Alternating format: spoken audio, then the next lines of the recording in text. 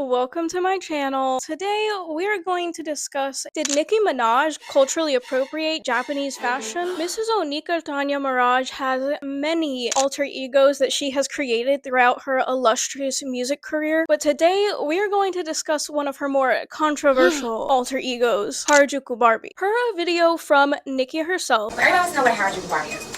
So, well, Harajuku is kind of like a culture in Tokyo, and you see the girls with like little pink blush on. Oh, protection. We have a girl in Tokyo. So, all girls, like sometimes girls will call themselves something Barbie, like Black Barbie or da Barbie. And I don't know, one day I just woke up and put the two words together because I love the Harajuku culture, because the way they dress is the way I am on the inside. Like, free-spirited, girls just want to have fun, kick ass, like, pop, rock and roll, whatever the fuck, hip hop. That's how I feel. And that's what my music is gonna feel like. She says her idea for Harajuku Barbie was born from her feeling like Harajuku fashion and culture represents who she is on the inside. She also said she feels that it represents how she dresses and how she's free-spirited, like free-spirited fashion girlies from Harajuku. Harajuku Barbie is typically seen wearing a straight pink or blonde wig, and her favorite color is pink, meaning she wears a lot of pink. Harajuku Barbie has a few outfits that I definitely feel were inspired by J-fashion. Nicki has been spotted wearing J-fashion or Japanese fashion inspired looks. She had an entire era that fans call the Harajuku Barbie era. On one such occasion, she made an appearance on Good Morning America in 2011 wearing a J-fashion inspired outfit, touting leggings from an indie Japanese fashion brand with a designer named Shojono Tomo. Tomo's brand is a knockdowner. I'm just gonna put it here. Sorry, knockdowner, I think? Downer? I don't know.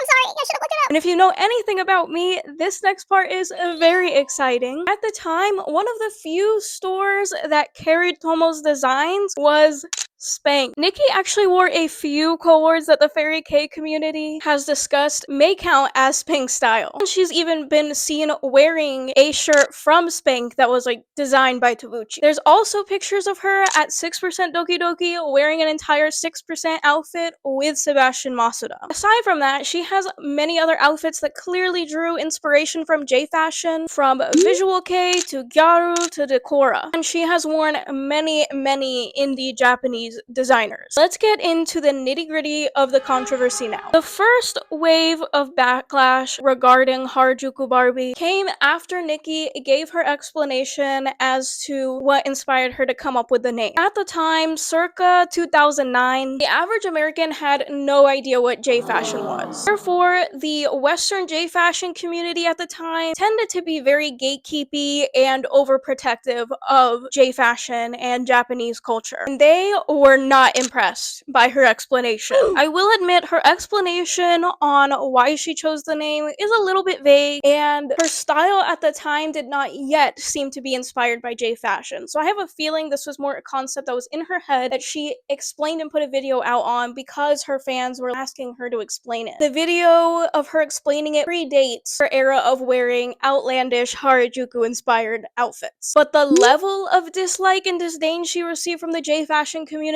kind of was out of pocket. Some of it was bordering on microaggressive, and some of it was just downright racist. Later on, after she started wearing clearly Japanese fashion inspired looks and donning Japanese designers, she became inextricably linked with the concept of Harajuku fashion to many Americans, because she was their first introduction to it. This did not impress the part of the J-fashion community that already had it out for her. Some J-fashion wearers were very irritated that she became known as people's inspiration for wearing Harajuku fashion. They would get very frustrated when people would assume that they were wearing J-fashion because of Nicki. I'll be honest here, I can understand the initial irritation, especially considering that alt fashion in general was really looked down upon, and all people were very ostracized by American society at the time. It's frustrating for someone else to receive the credit for you being in a niche subculture that you have already dedicated a large swaths of time, energy, money, and your entire life to. There were also parts of the J-fashion community that said while some of her looks were acceptable as J-fashion inspired, some of it was not any identifiable J-fashion, therefore making it unequivocally not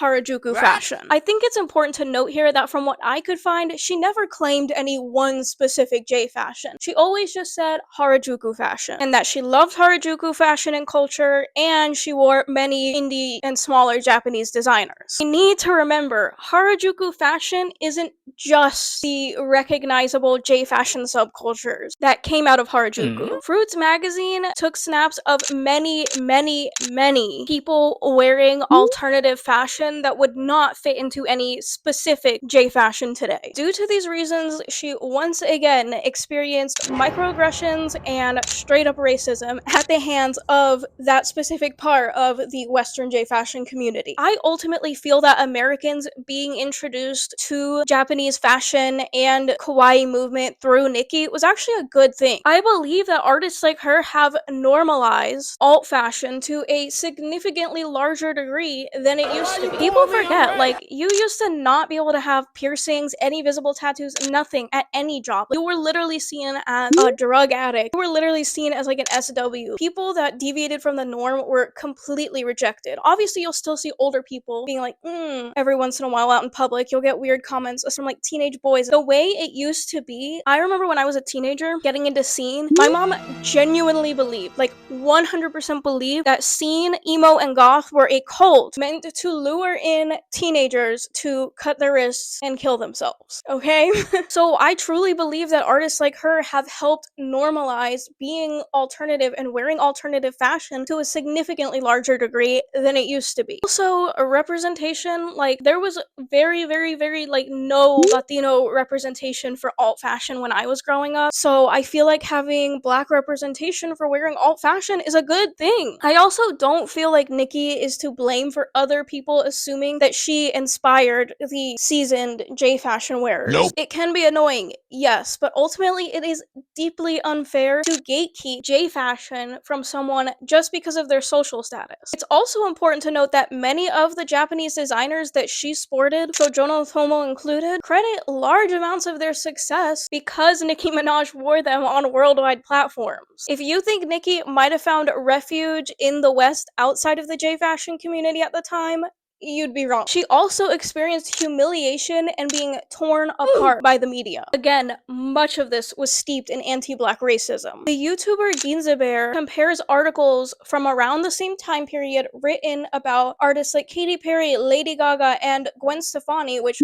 Gwen is another notorious J fashion wearer. And in these articles, they were praising people like Gwen Stefani and Lady Gaga for being avant-garde and outside of the box. But when it came to Nicki, yeah, it was undeniable that they were being racist. This brings us to the last leg of controversy surrounding Nicki's Harajuku Barbie era, which of course is the more recent appropriation allegations. I will not deny that there are some slightly questionable things and choices made surrounding Harajuku Barbie and her use of Japanese culture in music videos and things like that. Biggest one I see, though do not run and quote this because the only place I could find any info on this was the Nicki Minaj fandom wiki, which, if you know anything about fandom wikis, they are notorious for having loads of misinformation. But it said that Harajuku Barbie is famous for speaking softly and acting much more naively than any of her other alter egos. This could be read as infantilizing Asian people, but again, fandom wikis do not always have correct information, and this is supposedly fans' interpretation and not necessarily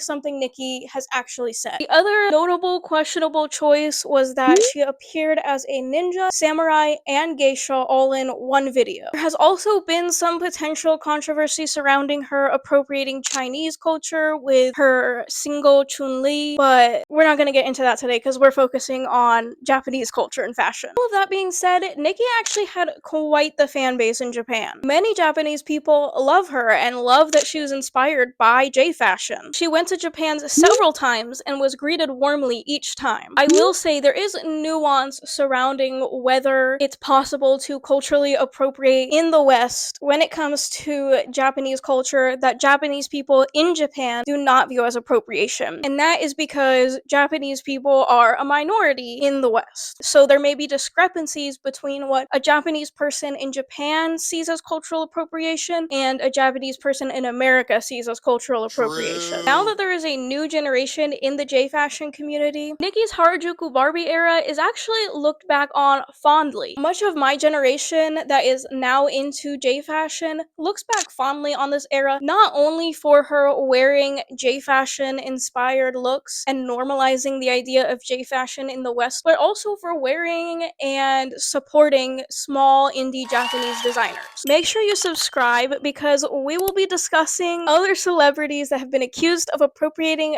Japanese fashion and culture. Thank you so much for watching. Feel free to put any J-fashion questions below, fairy K questions, anything surrounding this topic. I would be happy to answer. Let me know below. What do you think? Did Nicki Minaj culturally appropriate Japanese fashion?